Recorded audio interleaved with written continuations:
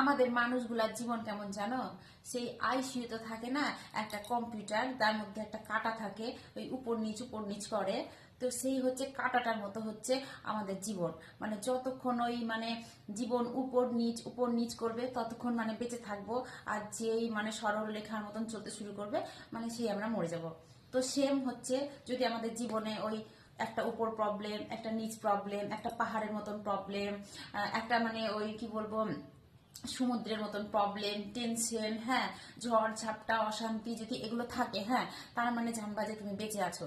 আর যদি দেখো তোমার জীবনে কিচ্ছু নাই, মানে ওই পাহাড়ের মতন প্রবলেম, পর্বতের মতন মানে টেনশন, মানে সমুদ্রের মতন কি বলবো ঝগড়া ঝামেলা অশান্তি, ধরো কিচ্ছু নেই, হ্যাঁ, তখন জানতে হবে যে তোমার মানে আয়ু শেষ হয়ে গেছে, তুমি আর কিছুদিনের মধ্যে মানে যেতে চলেছো।